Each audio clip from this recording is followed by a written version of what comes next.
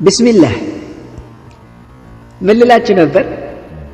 አዎ በራስ መተማመን ነጮቹ ሰልፊ ኮንፊደንስ ብለው ይጠሩታል።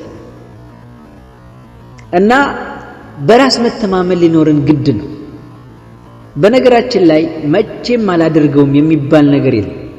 ህይወት በምን አይነት ሁኔታ ውስጥ እንደምታስገባህና በምን አይነት ሁኔታዎች ውስጥ እንደምታልፍ አታውቅም። ለዛም ነው አረቦቹ እንደዚህ ይላል፣ ወቀድ ዘዐሙ አነ ኩለ መን ጀደ ወጀድ ወለይሰ ኩሉ አቅዋል ሪጃል ቱሲብ። ብዙዎች የጠነከረ የበረታ ያገኛል ብለው ሲናገሩ እንሰማለን።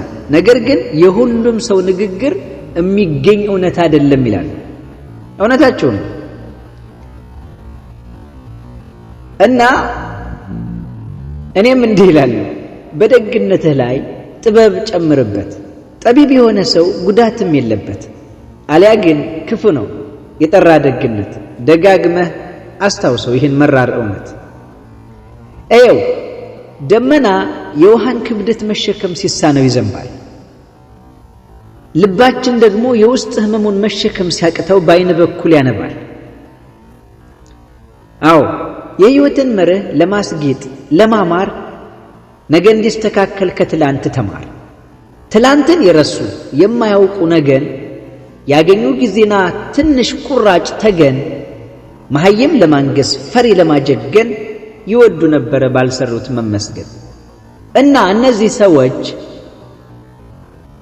ሐቅን ሲያሳድዱ ጀግናን ሲያንኳስሱ ከስኬት መስመር ላይ ደጋግመው ሲነሱ አይተናል፣ ተመልክተናል፣ አስተውለናል።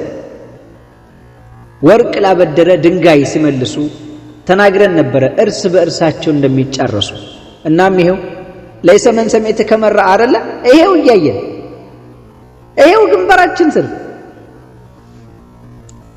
ወዳጄ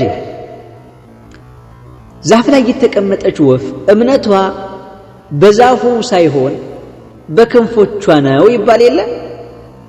አዎ ብዙዎቻችን ዛሬ ላይ ተሰባብረን የቀረነው እንደ ወፏ በራስ መተማመናችን ስለሌለ ስለሸሸን።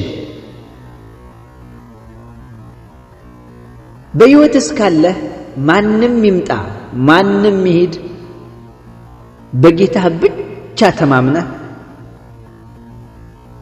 ለግልህ ሰልፊ ኮንፊደንስ የሚባል ነገር ሊኖርህ ይገባል። ሲያስፈልግ ዊ ዶንት ኬር በል። ምክንያቱም አንዳንድ ሰዎች በተንኮል የተጠመዱ ሆን ብለው ሌሎችን ለመጉዳት የሚወዱና የሚዘጋጁ ናቸው። ሆን ብለው ለክፋት ወደ ህይወትህ ይገባሉ። ካንተ ውጭ ሰው የለም ያልነው ሰው በማያሳምን ምክንያት ሲቀየር እናስተውላለን። አጋጥሟቸው ያውቅም? ዛሬ የት እንደምንገባ ማንን እንደምናምን ግራ ገብቶን የተቀመጥነው ትላንት ባመነው ሰው ምክንያት ነው። አንዳንዴ ሰውን እንዴት ማወቅ እንደሚቻል ባውቅ ኖሮ ብዬ እመኛለሁ።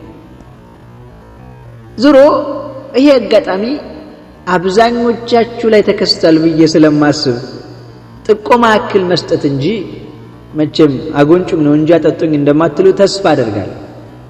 አልአይ ሐል ግን بعد الله سبحانه وتعالى በራስ መተማመን ሊኖረን ይገባል። ህይወት ደፋሮችን ትወዳለች። ኑር ነበር። ወሰላሙ አለይኩም ወራህመቱላሂ ወበረካቱ።